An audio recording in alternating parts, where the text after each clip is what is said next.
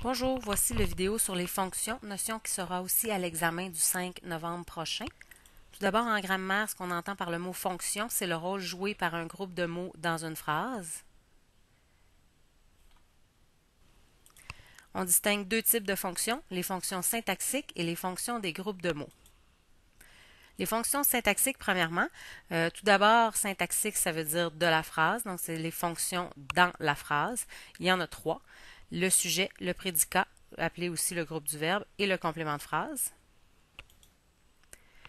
Le sujet de la phrase indique de qui ou de quoi on parle. Il est obligatoire, même si parfois il est implicite, c'est-à-dire qu'on ne le nomme pas. Par exemple, dans la première phrase mange tes légumes, on ne nomme pas le sujet de la phrase, mais il est implicite que c'est la personne à qui on parle. Dans le deuxième exemple, les enfants de la dame aux cheveux noirs se dirigent vers le cinéma. C'est la partie qui est en rouge qui constitue le sujet de la phrase. Voici trois trucs pour vous aider à le trouver. Le premier, poser la question qui est-ce qui avec le verbe. Qui est-ce qui se dirige vers le cinéma? Ce sont les enfants de la dame aux cheveux noirs. C'est donc le sujet de la phrase. Si on n'est pas certain de quels sont tous les mots qu'on doit inclure dans le sujet, on peut le remplacer par un pronom personnel. Il se dirige vers le cinéma.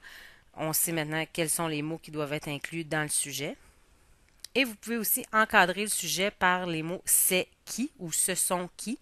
Ce sont les enfants de la dame aux cheveux noirs qui se dirigent vers le cinéma. Le prédicat lui indique l'action qui a été faite par le sujet ou son état. Il est obligatoire. C'est toujours le groupe verbal qui joue ce rôle-là. C'est pour ça que souvent on va parler directement de groupe verbal au lieu de mentionner prédicat quand on parle des fonctions. Vous avez l'exemple ici, les enfants se dirigent vers le cinéma. Quelle est l'action faite par le sujet? C'est se diriger vers le cinéma. Le complément de phrase, lui, va préciser les circonstances qui entourent un événement, donc le temps, le lieu, le but, la cause ou la conséquence. Il est facultatif, c'est-à-dire qu'il n'est pas obligatoire et il est mobile, donc on peut le déplacer à l'intérieur de la phrase. Pour être certain que vous avez un complément de phrase, ces trois conditions-là doivent être réunies, donc facultatif, mobile et donner une des circonstances entourant un événement.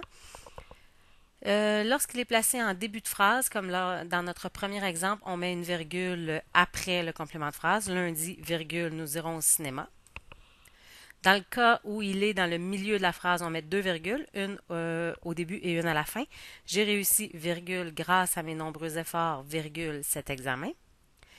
Et quand il est à la fin, comme dans notre troisième exemple, on ne place pas de virgule parce que c'est sa place originale à la fin. Quand on met une virgule, c'est pour démontrer qu'on l'a déplacé. Donc les gens sont très bronzés en Floride. On devrait ajouter un S ici à bronzer.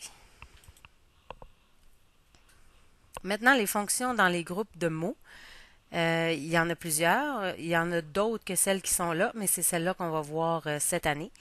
Le complément du nom, le complément du pronom, le complément de l'adjectif, le complément direct, le complément indirect, l'attribut du sujet et le modificateur. Le complément du nom, tout d'abord, son nom le dit, il complète ou il précise un nom. Vous avez plusieurs exemples ici.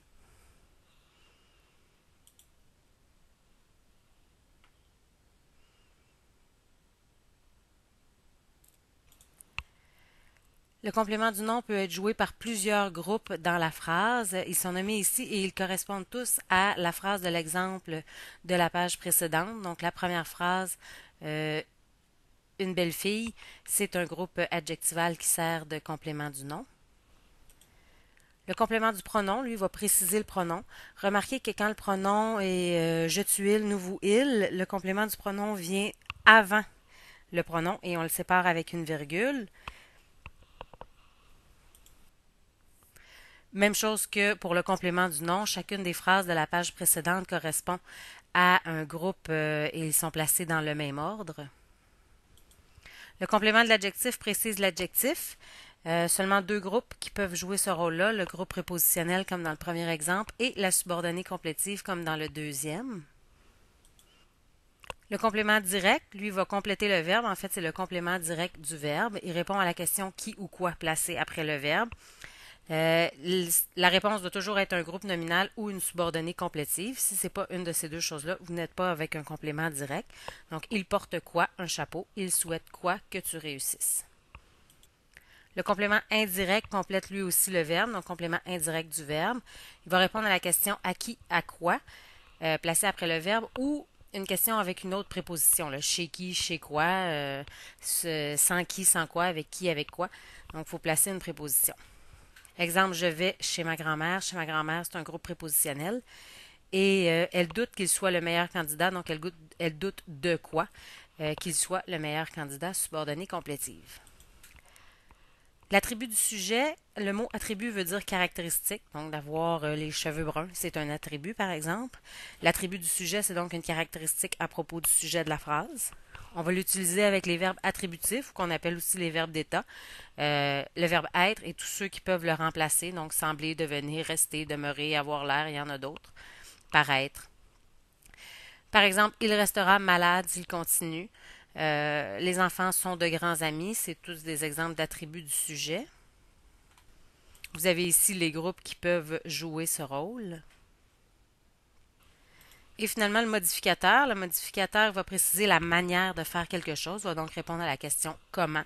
Le modificateur peut modifier un verbe, un adjectif, un adverbe, un nom. Donc, il faut vraiment vous vérifier si ça répond à la question comment. Et il y a juste les groupes adverbial, et prépositionnels qui peuvent jouer ce rôle-là.